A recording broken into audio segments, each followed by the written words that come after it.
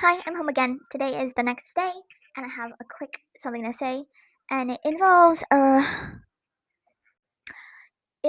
creativity, and I think this is such a game, like a mindset shifter, because all this time, okay, the quote is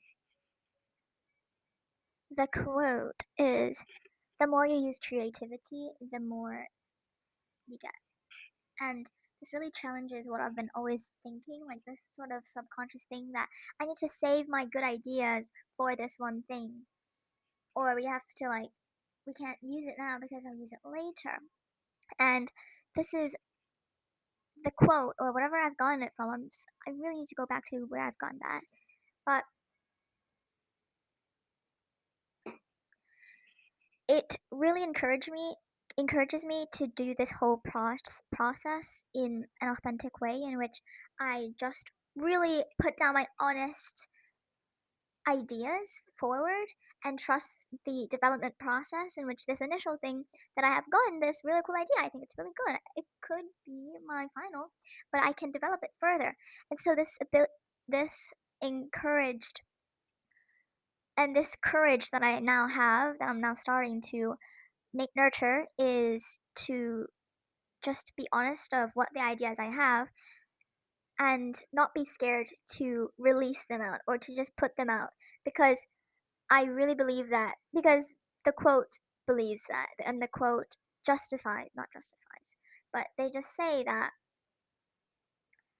which might lead me to believing it may be true, we'll see.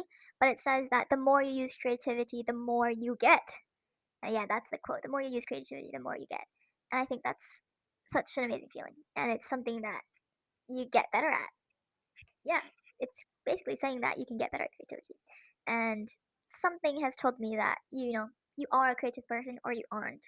And I'm sure there's some sort of like counter to that, but I'm sure in its essence that's binary thinking and thinking in black and white. That's definitely going to raise some nuances that truly exist in the world. I believe I've just finished showering and it is midnight. I last talked to you about 7 p.m. and now it's midnight, and all I've been doing is scrolling on YouTube and not really doing much. And one of the things that have been bothering me is I went to my art teacher today, and one of my very close friends, she also learns there as well. She also learned there as well.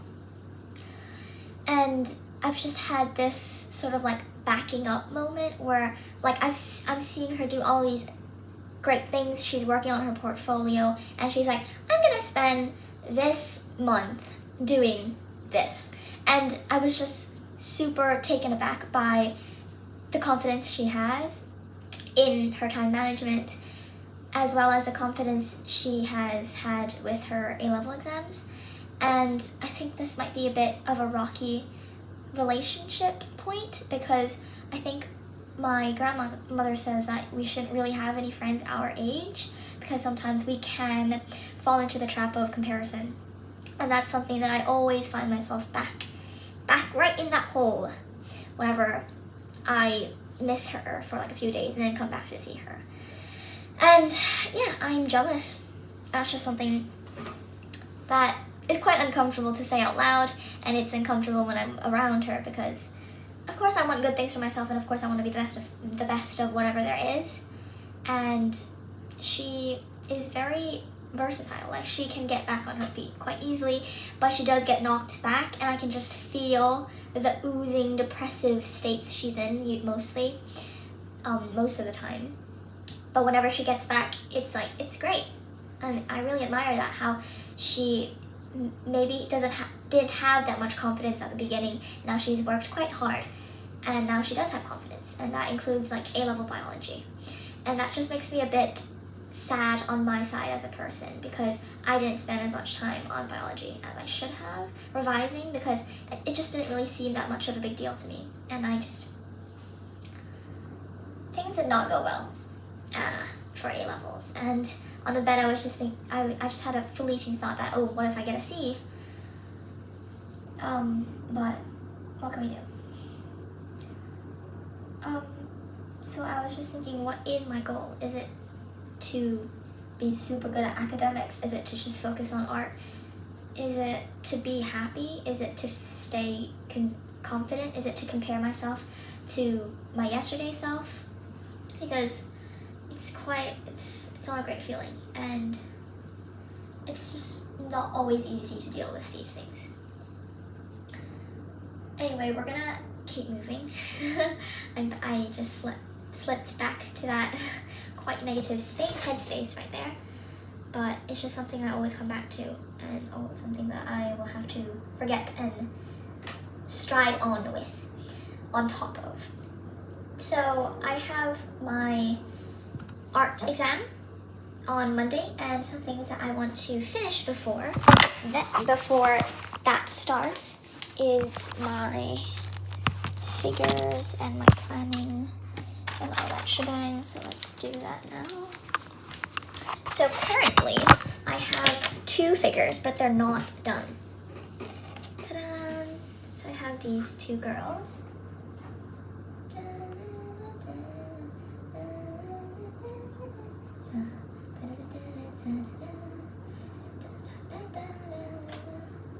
Nice cows, but this is going a bit weird. Yeah, and I always see that my proportion is a bit wonky. Is it? I'm not sure.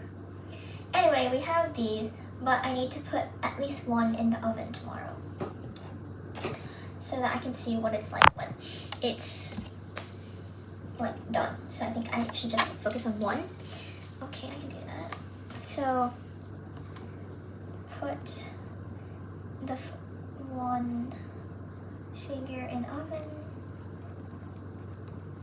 and to do that I need to learn how to do hands, feet, and surface, and the final stage of our sculpture. So the first stage is getting things on and getting that rough shape. No, the first stage of my sculpture thing that I think I have agreed on with myself is just trying to get all that amazing texture on just right on the first bit, trying to get everything onto that and building the skin to that like level, epithelial level that is gonna be the final one, and trying to build it up and not build that and not like try to reduce. So always like start skinny and then grow fatter. At stage 1. Stage 2 is finding the shapes, simplifying the shapes to make it a bit more gestural. So I think that's something that I've started on a bit. I don't know. Well, actually, I don't know. Maybe I have to do that a bit more. And then the last stage is that, which is something that I have to get to for this one tomorrow.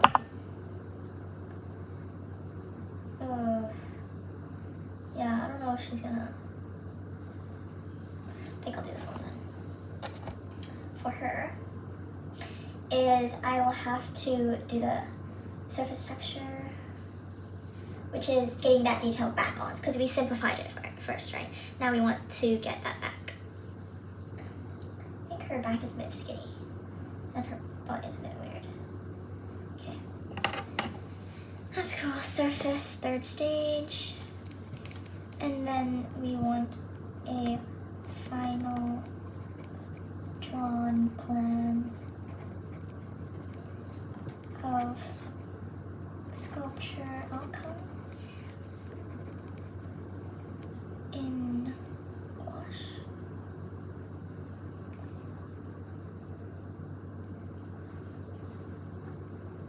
Outcome in anesthetic.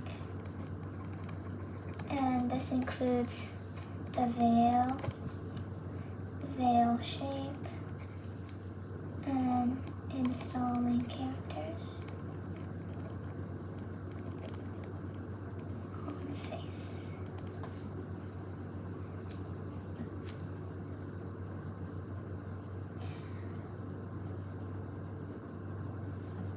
And that includes if I want the face to be like an actual head.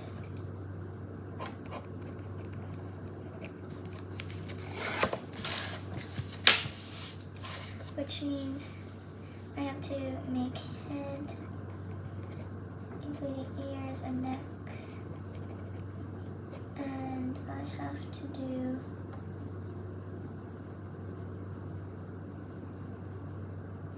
or not, I don't know.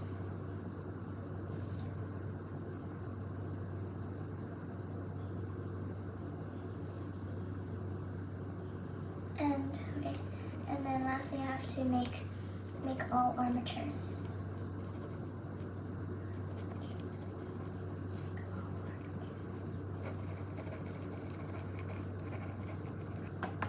And then I'll revisit my tutorial notes. I think I'll just do a quick sketch of the composition now to get everything sorted, and then tomorrow I'll make it look nice and fancy. Okay? Okay, so I'm making this really quick because I just want to let you hear my voice now on the day of the lesson. So we're going to do some art form recap on what we should be doing next. So before the lesson, I thought I would be continuing on with our medicine thing and like ways to, and like our primary observation, right? But we're actually going to scrap that for now, and we're going to go to some art analysis, okay? So after a lesson, we're going to do some art analysis and research of Dali for medical components and anatomy to have character, as they will be fighting in war, and we will need to use iconography and symbolism to show doctors fighting and the strain of the workplace. So I have already drawn out some ideas. I have not used chat, so maybe I can do that. And then I'll search for ways Dali can help me. To really help with that, I can use Pinterest to help.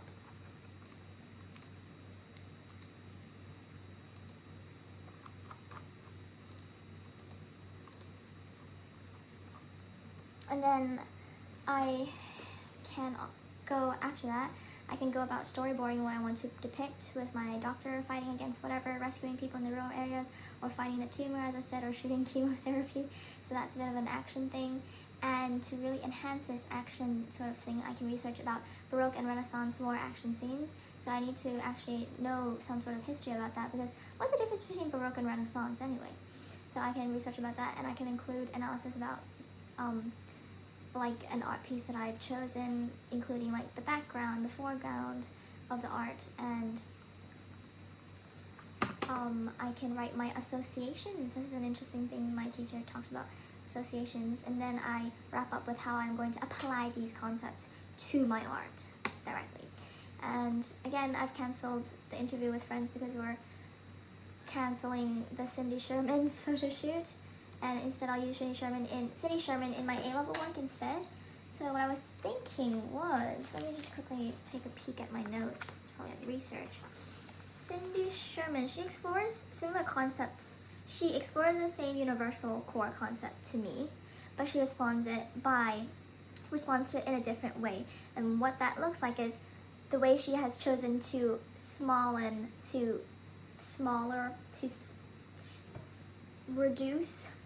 to make her concept more narrower is by thematic reduction. I have also done thematic reduction, but in a different way, in a different path. So for example, she has chosen the idea of identity and, identity as a thing. And personally, I've really related to her because film has always been because she said that film has always been a kind of more influential, has always kind of been more influential to me than the art world. And that is super true to me. For me, it's classical music, it's opera. Not theater, it's like sort of music and orchestra. And the way she has small and tunnel the concept of identity is the point. She has looked at the point of view of alter egos. My point of view is like sort of crisis-y. And this is something I want to talk about. That I want to spend some time writing like a summary of what I have explored so far, so that I can really explain it to people, and I think this is quite important. So let's see, art skill sets. So you have development timeline, communicating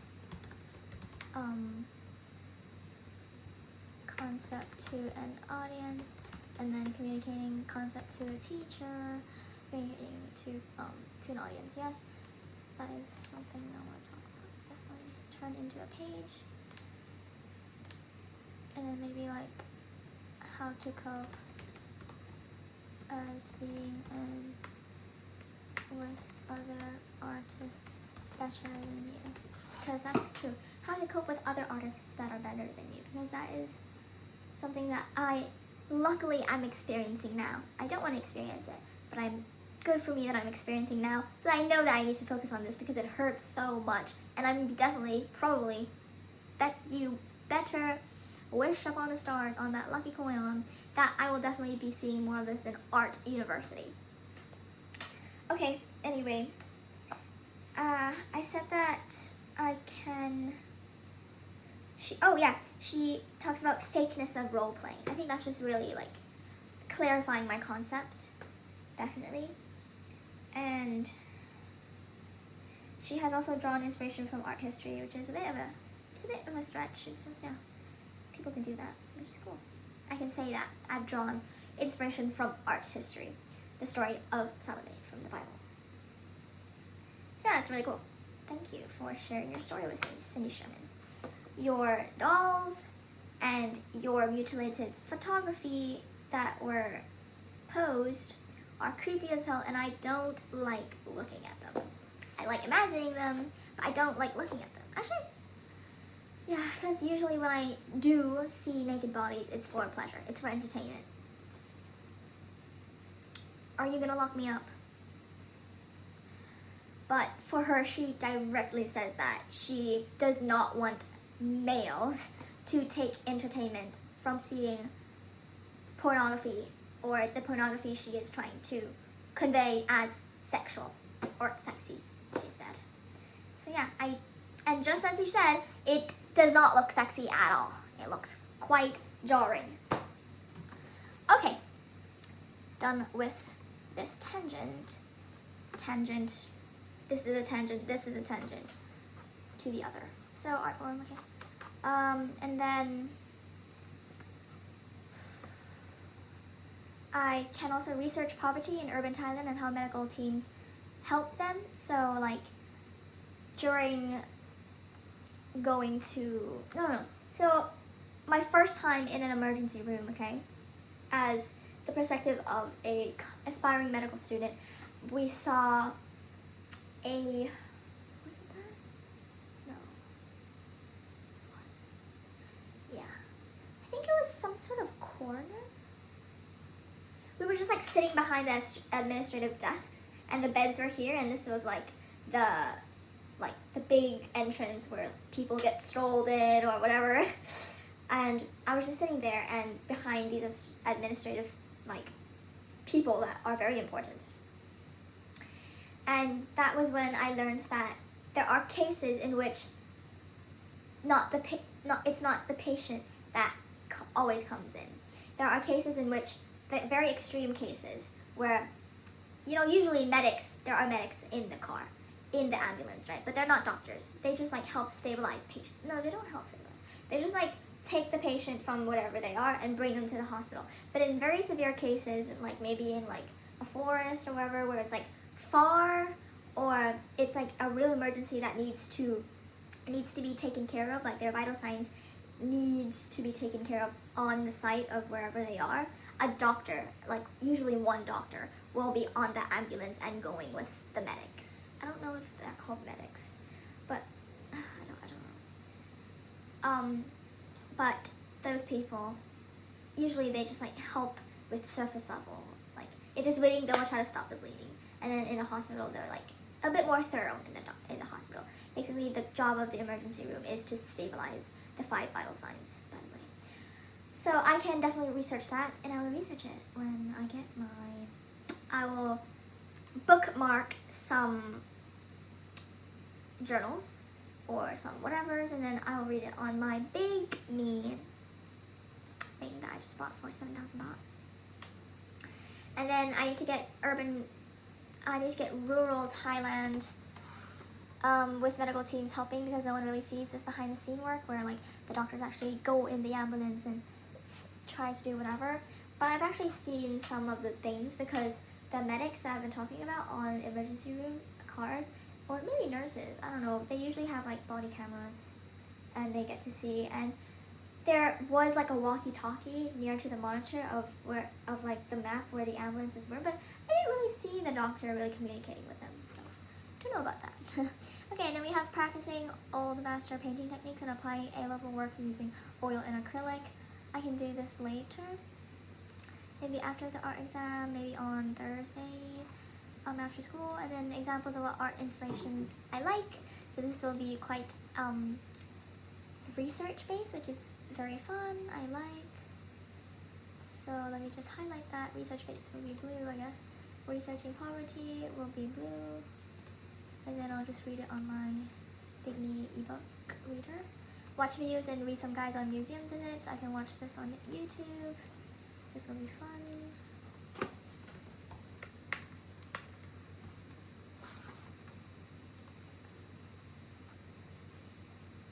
And performance video art for A-level. So this is like a different genre of art that might be interesting to look at.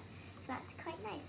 And then we discussed all these artists today. So we have Damien Hirst with the sharks in the tanks and the cows in the tanks and the sheeps and the whatever that looks a bit satanic in the tanks. We have Tracy Evans with her famous bed installation, but also her paintings, which are quite line art based, nude. And these two were part of the YBA, Young British Artists movement friend group, and they're just like cool. I like them. Contemporary art, I love.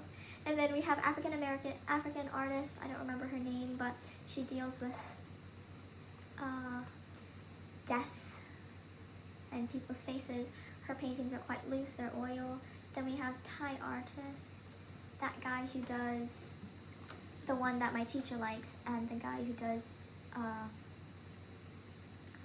quite old mastery style works. And then we have Dali, and then we have Bacon, something Bacon. His work is quite I want to say lyrical abstract, but it's also quite figurative. And this is something that I've, oh my god, where is it? There is this graph on the internet, okay? And one side says abstract, one side said realism, and in the middle there's figurative. And then there's like, oh, I get what you're saying, and then I don't get what you're saying. Oh, this is, oh, nice photo for realism. So yeah, that's cool. So lyrical abstraction, because it's definitely not geometrical, and it's quite like wavy with a paintbrush. So quite expressive, but still figurative, because the waviness is only in the face of the half-body thing. And then we have the Sunroom by Olafur, okay? It's Olafur. It's not that artist. It's the Sunroom. I will show it to you. This is the one I like.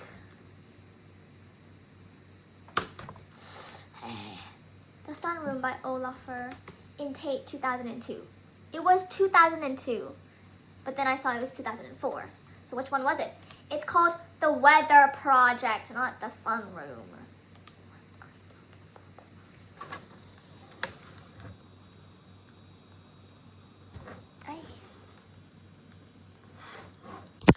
It's this one. Okay, you can definitely see it's a fucking sun. Look at this person. I wonder if it's hot. I think I did say to myself that it wasn't hot, because then people would be melting. Look at that. That is so fucking cool. I love Peak. Another person, if I were to quickly think, is like Yayoi Kusama and her Star Room. Like, I went to the Japanese installation place, and it's just cool. I like it. It's immersive. People are actually looking at things, and they're like really they're getting very involved. And yeah, art is about just seeing it. You just need to see it. You don't have to look at it for so long, but you need to see it. That's the point of art. The artist just needs you to see it. Okay, in some cases. Okay, in some cases. That's all you need to do. You just need to see it. You don't have to agree with it. You just need to see it. Okay, anyway, another one that I like is like the waves. I love that one. And one of the things that my teacher said is like, there is no like place where you can find an artist. You're just gonna have to find it on Instagram or just somewhere. So I'll just have to find places. But I definitely found this really cool place because Cindy Sherman was on this website, and it's called Art History. No, it's called History. Shit, what's it called? It's called Open History Page. It's called Smart History. And these were the videos on the Allison sort of web app that was like giving me these courses to watch. So they're just these videos. So, the Center for Public Art History, like that's really cool. So I've just been I'm on North America 1950 to today, which is the contemporary one, which is nice. North America before 1500, North America 1900 to 1950, so that's like Gustav Klimt, 1900 to 1900. North America. We have North America. Art from every continent. Oh yeah, every continent. So there's this thing that I've been reading about, and I think it's how A-level and just like art institutions, they want people to use contextual, or not use, they just want us to understand and be informed by these contextual sources. And these contextual sources can be compared with each other, with other things that explore the same thing or are on the same subject.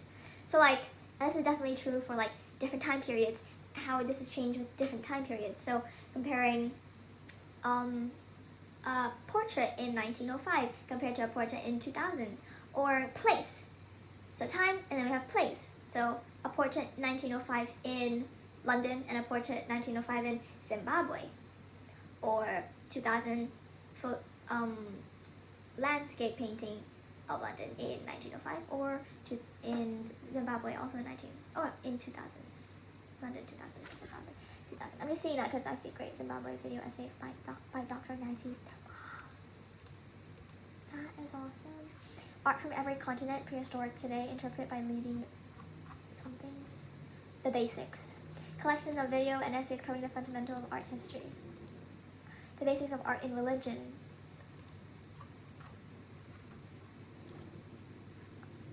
Oh my god. Look at this. This is awesome. When I just like hover, it's like a different art. That's so cool. I think this is a bit Russian, is it? No, it's Oriental. Okay. That is so dope. So yeah, some art history, which is quite nice. I am in love with art history. And contemporary art, but I have not done anything contemporary just yet. So yeah, that's all. Bye.